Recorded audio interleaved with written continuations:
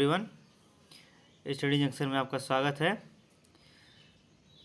चलिए शुरू करते हैं जनरल साइंस के डिटेल कुछ क्वेश्चन। स्टूडेंट, आज हम देखेंगे जनरल साइंस के वन लाइनर क्वेश्चन जिनका हम डिटेल में सॉल्यूशन करते हुए आगे बढ़ेंगे। देखिए, आपका पहला क्वेश्चन है स्टूडेंट, सीएनजी किसका अल्प नाम है? CNG student generally compressed natural gas होता है जो कि मीथेन, एथेन और प्रोपेन से मिलकर बना होता है। ये मेनली इनके अवयव हैं, methane, ethane and propane. Next देखते हैं, रेडियन इकाई किसके मापन में उपयोग करते हैं? तो स्टूडेंट, रेडियन जनरली एक पूरक यूनिट है, इकाई है। पूरक मात्रक दो तरह के होते हैं, जिसमें से पहला आता है आपका रेडियन और दूसरा आता है स्टेरेडियन, जिसमें आपसे पूछा गया है रेडियन के बारे में। मतलब रेडियन की यूनिट क्या होती है? फ्रेंड, रेडियन की यूनिट होती है कोण और स्टेरेडियन की यूनिट होती है घन कोण। नेक्स्ट देखते हैं, तीसरा, हीरा मूलतः किसका प्रकार है? तो स्टूडेंट, हीरा जो है कार्बन का एक रूप है और हीरे को हम कैरेट में मापते हैं, कैरेट में मापते हैं। स्टूडेंट, जो हीरा को तो हम कैरेट में मापते हैं, लेकिन जो गोल्ड होता है, गोल्ड यानी सोना, वो उसकी प्योरिटी को दिखाने के लिए हम वहाँ कैरेट का प्रयोग करते हैं। ये नहीं है कि हम सोने को कैरेट में मापते हैं। कोने की प्योरिटी के लिए कैरेट का प्रयोग होता है और हीरे को मापने के लिए एक कैरेट का प्रयोग होता है। ठीक है। नेक्स्ट देखते हैं, अन्न के पाचन के लिए पेट में किसका श्रवण होता है? भोजन पचाने के लिए किसका श्रवण होता है? हाइड्रोक्लोरिक अम्ल का। हाइड्रोक्लोरिक अम्ल हमारा HCl होता है, स्मॉल l HCl। नेक्स्ट देखते हैं, सिरके में क्या होता है? सिरके में एसिटिक अम्ल होता है, जिसे हम CH3COOH से दर्शाते हैं। इसे हम जनरली एथेनोइक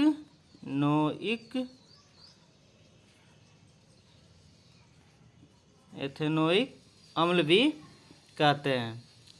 यह एसिटिक अम्ल इसको दर्शाते हैं CH3COOH में लिखते हैं सिंबल के रूप में। नेक्स्ट देखते हैं, प्रकाश की कौन सी विशेषता उसका रंग निर्धारित करती है? तो यहाँ स्टूडेंट, ये जो है प्रकाश की विशेषता, मतलब प्रकाश की कौन सी विशेषता उसका रंग निर्धारित करती है? तीव्रता। तीव्रता यानी रेडिएशन। रेडिएशन मतलब वेविक ओर से निकाला जाता है, मतलब कौन सी रंग की तीव्रता कितनी अधिक है। नेक्स्ट देखते हैं, जर्मन सिल्वर के घटक हैं। जर्मन सिल्वर के घटक है। घटक यानी एलिमेंट की बात कर रहा है, मतलब तत्व। मतलब जर्मन सिल्वर में कौन कौन से तत्व हैं?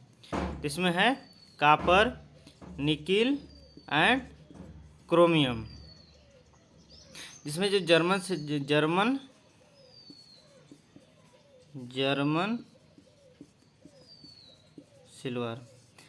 सिल्वर में कापर की जो होती है 60% मात्रा होती है और निकिल की 20% होती है और वहीं जिंक की भी 20% मात्रा होती है।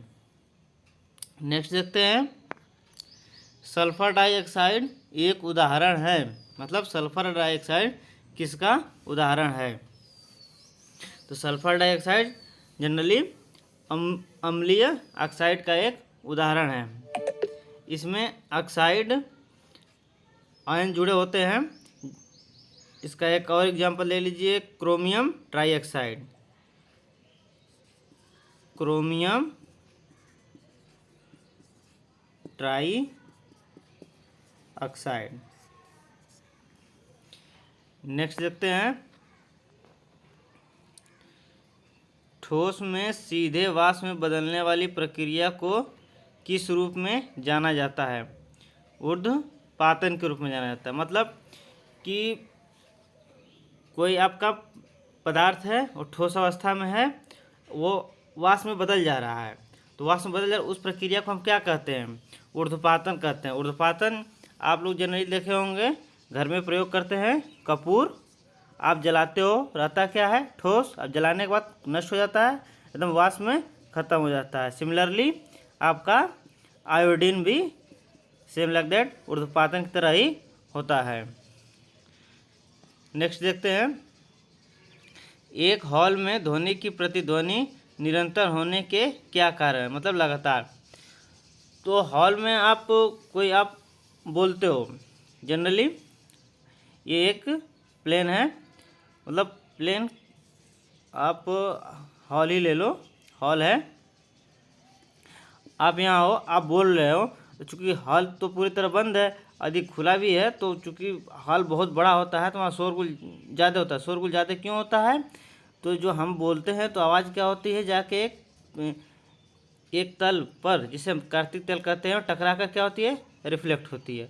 ये रिफ्लेक्ट होकर मान लीजिए अब यहाँ आ गई, ये आकर ये रिफ्लेक्ट हो जाएगी ऐसे। मतलब परावर्तन के कारण ये हमारा प्रतिध्वनि होती है। परावर्तन में क्या होता है, यदि आप कोई बोलते हैं तो कार्तीय तल, एक कार्तीय तल होता है,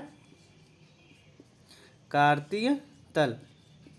कार्तीय तल में आप बोलते हो, मतलब तो रिफ्लेक्ट होकर दूसरी तरफ चली जाती है, हमारा परावर्तित हो जाती है। यही हमारा परावर्तन कहलाता है। यही क्रिया बार बार हो तो शोर का रूप धारण कर लेगी। 3 प्राथमिक रंग क्या है? नेक्स्ट देखते हैं, 3 प्राथमिक रंग। जनरली स्टूडेंट, लाल, हरा और नीला 3 प्राथमिक रंग होते हैं।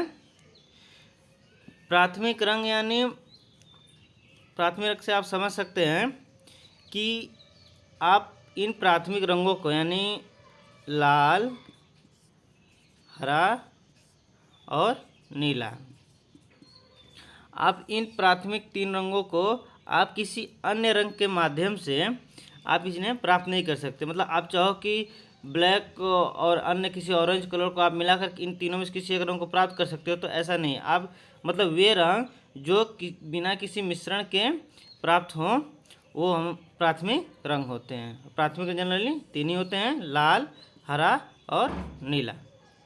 नेक्स्ट देखते हैं, गैल्वेनाइजिंग मतलब डैश के साथ की कोटिंग है। मतलब गैल्वेनाइजिंग क्या होता है, एक तरह से यही पूछा गया है। गैल्वेनाइजिंग जनरली जो आप एक मतलब लोहा ले लो, तो लोहे के ऊपर जो कोटिंग की जाती है जस्ते की, तो लोहे के ऊपर जो जस्ते की कोटिंग की गई है, मान लीजिए लोहा है, उसके ऊपर आपने जस्ता की कोटिंग कर दी, जो कोटिंग की है, इस क्रिया को आप गैल्वेनाइजिंग कहते हैं। नेक्स्ट देखते हैं, जस्ता Zn जिंक होता है। नेक्स्ट देखते हैं, नमक का रासायनिक नाम। तो नमक का रासायनिक नाम होता है स्टूडेंट सोडियम क्लोराइड, जिसे हम NaCl लिखते हैं। नेक्स्ट, सापेक्ष आर्द्रता किससे मापी जाती है? हाइग्रोमीटर से। सापेक्ष आर्द्रता क्या होती है?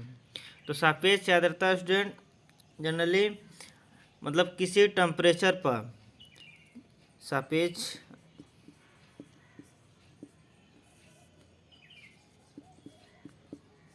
आर्द्रता किसी टेम्परेचर पर अत्यधिक नमी धारण करने की क्षमता, अत्यधिक नमी धारण करने की क्षमता अपॉन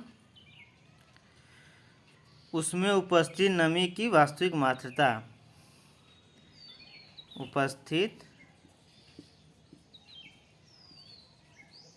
वास्तविक नमी की मात्रा।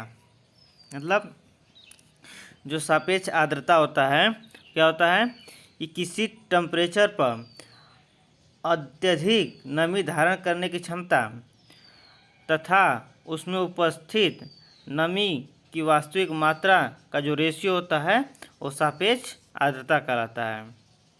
तो स्टूडेंट, किसी टेम्परेचर पर अधिक से अधिक नमी धारण करने की क्षमता तथा उसमें उपस्थित वास्तविक नमी की मात्रा के अनुपात को सापेक्ष आर्द्रता कहते हैं।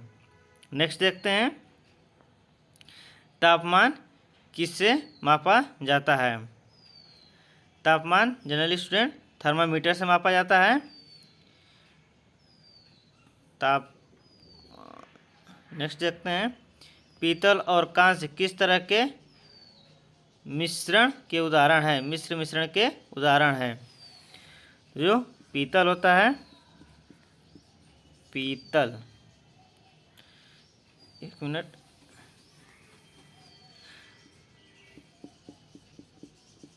पीतल यानी ब्रास, ये होता है कॉपर प्लस जिंक। और नेक्स्ट, कांस्य किस तरह का मिश्रण है? तो कांस्य जनरली ब्रॉन्ज होता है, यह भी होता है कॉपर प्लस एलॉय। एलॉय में आप यहाँ सिलिकॉन, एल्युमिनियम, फास्फोरस अन्य ले लेते हैं। तो क्वेश्चन था हमारा, पीतल और कांस्य किस तरह के मिश्रण के उदाहरण है? तो ठोस में ठोस के उदाहरण हैं। और जो ब्रास होता है हमारा, कॉपर प्लस जिंक का मिश्रण होता है, मतलब एलॉय कह सकते हैं। ब्रॉन्ज जो होता है कॉपर प्लस सिलिकॉन या एल्युमिनियम या फास्फोरस के मिश्रण का एलॉय होता है। नेक्स्ट देखते हैं, एक इलेक्ट्रिक केतली में पानी कैसे गर्म हो जाता है? तो संवहन के द्वारा। देखते हैं, विटामिन बी का रासायनिक नाम क्या है? तो विटामिन बी का रासायनिक नाम थायमीन है। नेक्स्ट, प्रयोगशाला में तैयार पहला कार्बनिक यौगिक था। मतलब प्रयोगशाला में पहली बार कौन सा कार्बनिक यौगिक बनाया गया? तो था स्टूडेंट यूरिया, जिसे NH2CO NH2 फार्मूले में लिखते हैं। नेक्स्ट, जियो स्टेशनरी उपग्रह की कक्षा अवधि कितनी है? तो जियो स्टेशनरी कक्ष, यह एक मनुष्य के द्वारा बनाया गया उपग्रह की गति होती है। मनुष्य द्वारा बनाए गए उपग्रहों की गति को जियो स्टेशनरी कक्ष कहते हैं। ये 24 घंटे इसकी अवधि होती है। सुपर कंडक्टर की चालकता होती है 0। सुपर कंडक्टर यानी जब किसी मेटल को आप 0 डिग्री केल्विन पर ठंडा कर देते हैं तो इसे सुपर कंडक्टिविटी कहते हैं। कंप्यूटर का कौन सा भाग किए गए कार्य को दर्शाता है? तो मॉनिटर किए गए कार्य को कंप्यूटर दिखाएगा मॉनिटर द्वारा। और मॉनिटर हमारा एक आउटपुट डिवाइस है। नेक्स्ट, नीला लिटमस पेपर किस घोल में बदलकर लाल हो जाता है? तो नीला लिटमस पेपर अम्ल के द्वारा लाल हो जाता है और क्षार के द्वारा लाल लिटमस पेपर नीला हो जाता है।